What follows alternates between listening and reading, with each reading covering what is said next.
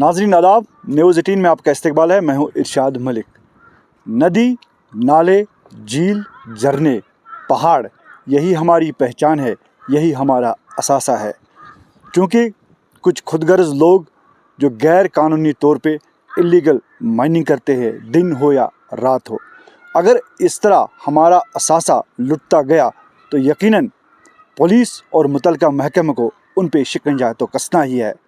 हम बात कर रहे हैं कि गुज़श्ता रात रेवेन्यू डिपार्टमेंट और जम्मू कश्मीर पुलिस के मुश्तरका टीम ने एक टिपर और एक जीसीबी को ज़ब्त किया है। ये ड्राइव कंटिन्यू चल रही है, लेकिन जो दिखता है वो बिकता है। हमारे पास जो इन्फॉर्मेशन आती है हम आम लोगों तक वो पहुंचाते हैं। तो कहने का मतलब ये है कि हम आपको यहाँ पे थोड़ी सी एक चीज़ दिखाना चाहते हैं। कैमरे के ज़रिए आप देखिए, ये है रंबी आड़ा। रंबी आड़ा का एक शाख देखिए आप, पानी का नामो निशान नहीं है।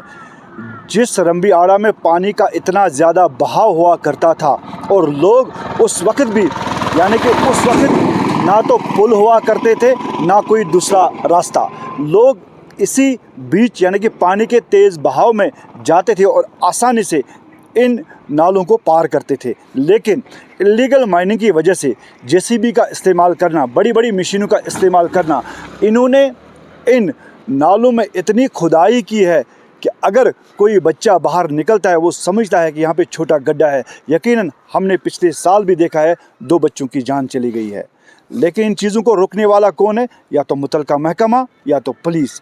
उम्मीद करते हैं कि बार बार इलीगल माइनिंग करने वालों के खिलाफ इसी तरह कार्रवाई की जाए ताकि हमारा ये असासा बच जाए। चूँकि वेस्टर्न डिस्टर्बेंस की वजह से हम देखते हैं जिस चिले कलान में 6 फुट बर्फ़ हुआ करती थी, आज उसी चिले कलान में इतनी अच्छी धूप निकली है। और उसके साथ साथ जब हमारे वाटर बॉडीज़ ख़त्म होते जा रहे हैं तो यकीनन इस तरह के हमें दिन देखने को मिल रहे हैं।